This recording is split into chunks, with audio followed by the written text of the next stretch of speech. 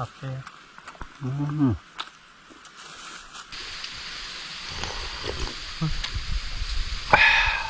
ก็ปดแล้วเนาะก่อนเนี่ยมีก่อนเนาะเนาะตอนนี้กำลังเกี่ยมเครื่องเกี่ยมคล้องจีไปลงน้ำเนาะเดี๋ยวไปเบิ่งนำกันว่าจีได้น้อยได้หลายเนาะเป้าหมายมื้อนี้ก็คือห้อยกับกีเนาะว่าจีได้หลายหรือได้น้อยซ้ำใดเนาะเอาทงนี่ไปใส่เพิ่นว่าเต็มทงนี่เราพอเนาะเดี๋ยวเบิ่งว่าจีได้ป่าหรือว่าได้ห้อยกับกีหรือว่าได้แมงเนาะมื้อนี้ไปนำสหายยินเนาะเดี๋ยวออกเดินทางไปเลยเนาะเนาะเนาะตอนนี้กำลังเดินทางไปเนาะเดินทางโดยรถจักรนี่แหละวันนี้ไปสองคนก่อนไปทดลองไปก่อนเนาะไปสองคนทดลองไปก่อนคันว่ามีไร่หรือว่ามีสถานที่งามๆที่พาลูกพาเมียไปเนาะเดี๋ยวไปทดลองกันเดี๋ยวจะได้ไปเบิ่งกันเลย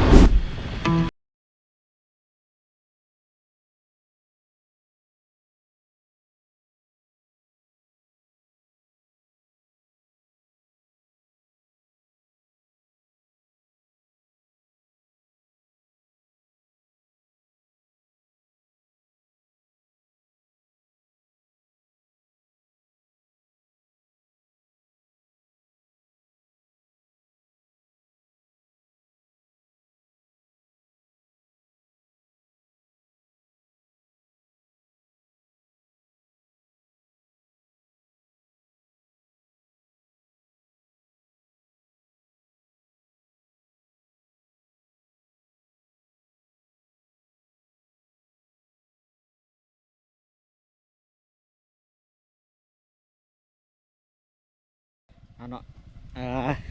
เส้นทางมันสั้นพดก็เลยว่าได้ย่างเอาเบิ่งแต่สภาพเส้นทางนี่แหละ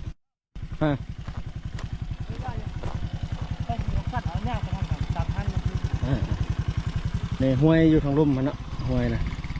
อันนี้มันป่าผูกหัวโลนละถ้าเจ้าแค่กำลังจีปลูกยางนี่มันส้นยางเนาะตอนนี้เขาก็มาไกลๆจีฮอนห้วยละใช้เวลาเดินทางประมาณ30 นาทีเนาะใกล้ก็ประมาณ30 นาทีนะครับ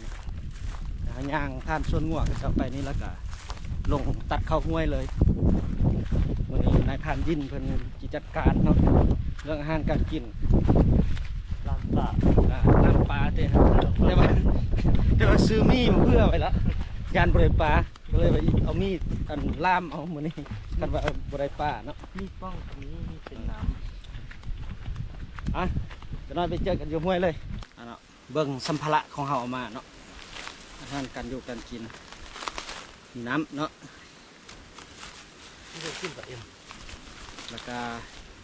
อันเสิร์ฟปลาคลองเนาะบ้านเขาเอิญคลองบ้านเจ้าเอิญยังเมนบอกได้เด้ออาหารสำหองอาหารสำหองมีไวๆแต่สิ่งที่คาดบ่ได้เนาะการมากินข้าวปลาก็คือนี่เนาะพี่น้องเสื้อเนาะเสื้อมันน้อยนึงแล้วก็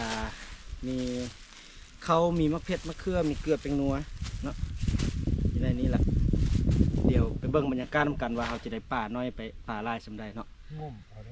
กินM100ซะก่อนเนาะเขามาหอนห้วยแล้วเขาก็จะเลาะห้วยลงไปก่อนเนาะเลาะไปตั้งทางลุ่มพุ่นตั้งทางลุ่มแล้วก็ดำขึ้นมาเนาะเพราะว่าเครื่องเขาเอาไว้ถึงแล้วเนาะจะมากินข้าวอยู่บอนจุดเริ่มต้นเนาะอันนี้เขาก็ย่างลงไปก่อนเดี๋ยวไปเบิ่งว่าจะได้ปลาน้อยปลาลายสำได้เนาะนี่มันบางทุกลงไปละเบิ่งว่าจะได้หรือบ่เ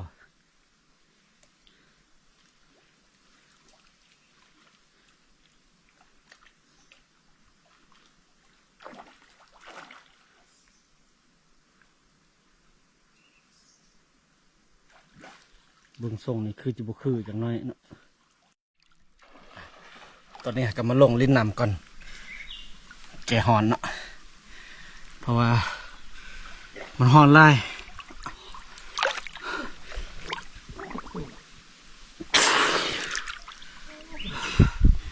นำก็ถือว่าใส่พอสมควรเนาะ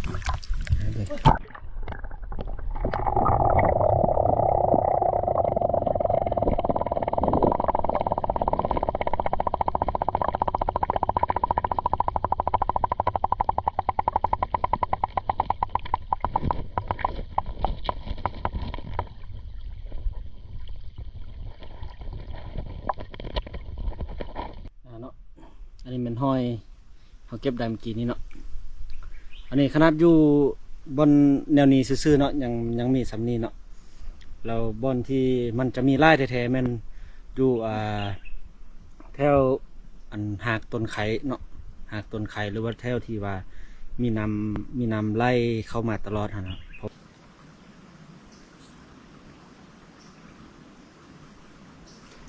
เสียดายครับบุได้เอาหน้ากากมาเนาะน่ายินบอกเอามาให้เพิ่นว่ามีแล้วสัตว์เพิ่นเราบอกเอามาให้เนาะก็เลยได้งมๆเท่าๆเอางมๆเท่าๆนี่จุกจีได้น้อยได้ไล่สำได้บูฮูได้นี่เนาะเขางมบัดหนึ่งก็ได้อยู่4 โต 5 โตเนาะบัดหนึ่งเนาะไปงมต่อปะนี่เมื่อกี้เป็นบังเล็กเนาะเอาบลงเอาข้ามมาเดี๋ยวท้าเก็บที่ทน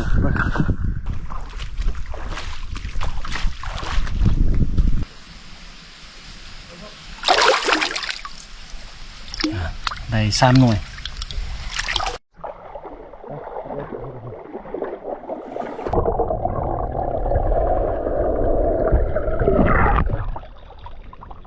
ตกมืดไล่เนาะ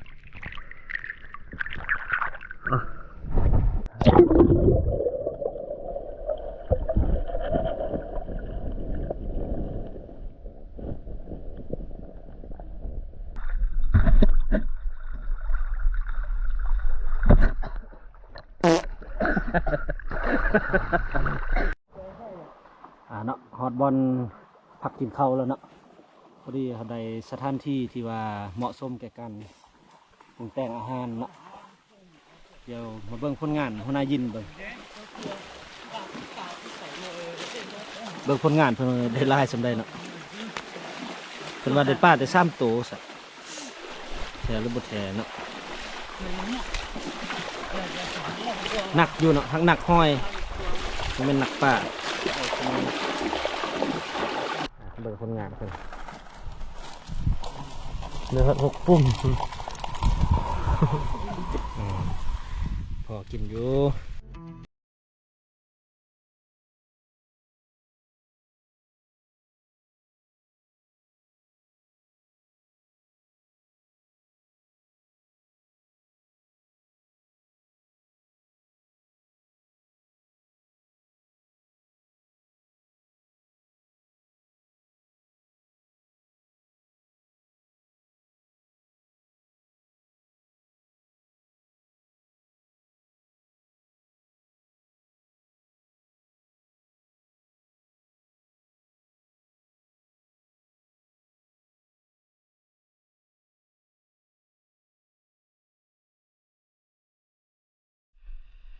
ตอนนี้พ่อครัว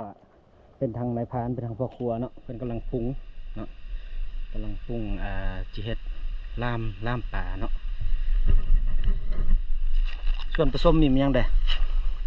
เผ็ดเกลือเป็นนัวแล้วบางคนมันมีมันเผ็ดเกลือเป็นนัวเนาะเทียมตัวเลือดเฮ็ดสบังนี่ไปเลยหลังจากเฮ็ดเสร็จแล้วเราก็เติมน้ำแล้วก็เอาป่านี่ใส่เนาะขั้นตอนนี้ก็แม่นล้างเอาปลาเนาะล้างเอาปลามาใส่บังนี้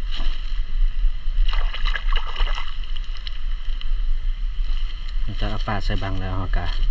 เติมน้ำแล้วก็ค้างเลยเนาะตอนนี้ก็ฮอตขั้นตอนการค้างหม้อแล้วเนาะหรือว่าค้างบังแล้วตอนนี้เนาะก็ฟดแล้วเนาะ ต้มนี่ก็เริ่มฟดแล้วเนาะเริ่มฟดแล้วอันนั้นก็ฟดเดี๋ยวรอถ้ากินมันนี่นะอันนี้มันมีก้อนเนาะ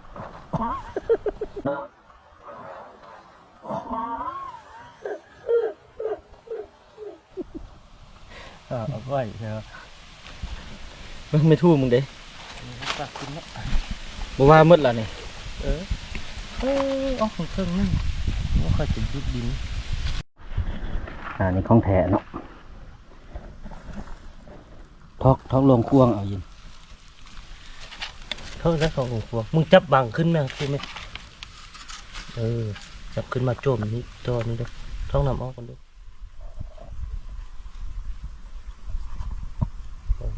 ตกใจครับโจมขึ้นมาไหม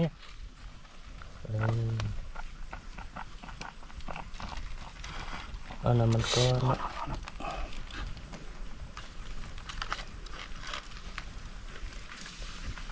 ไม่เห็นบอกอ๋อ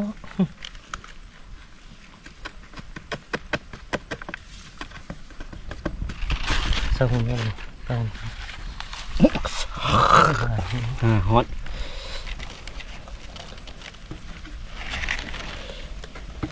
ถั่วก็มาเดียวเลย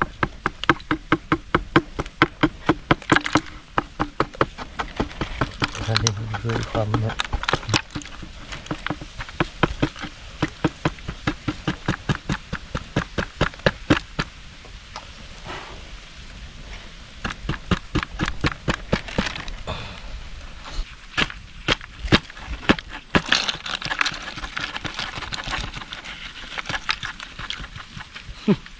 ได้ห้อยกระเทียมนั่น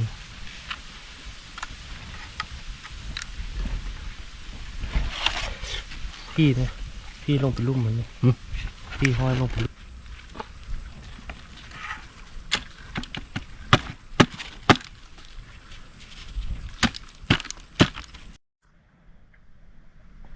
เบิ่งอาหารนะแซ่บนะเสียบเนาะ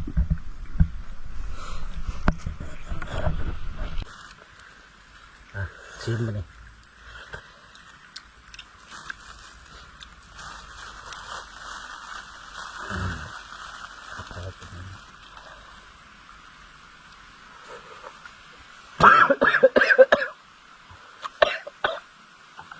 โอ้บ่วงนี่บ่ได้พ่น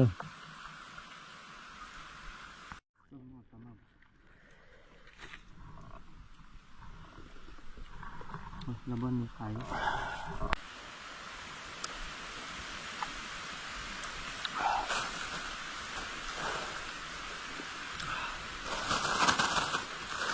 เอาพูดถึงเงามาเลย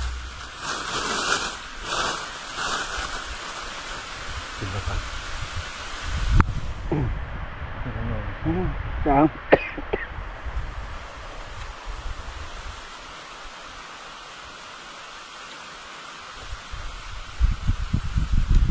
ว่างๆของวันนี้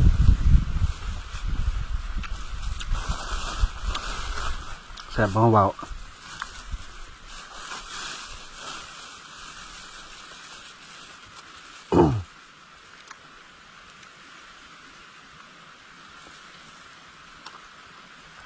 ประหลาดเนาะ ตักเลย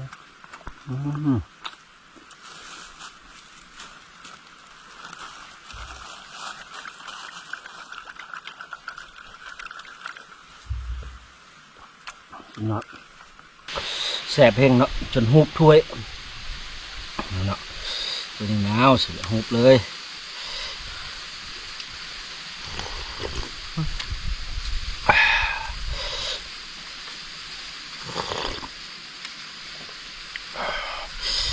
ขักสุด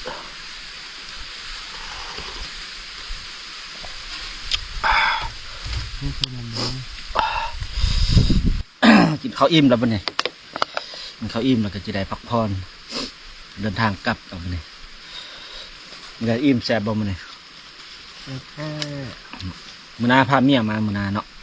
มื้อนี้มาทดลองทางก่อน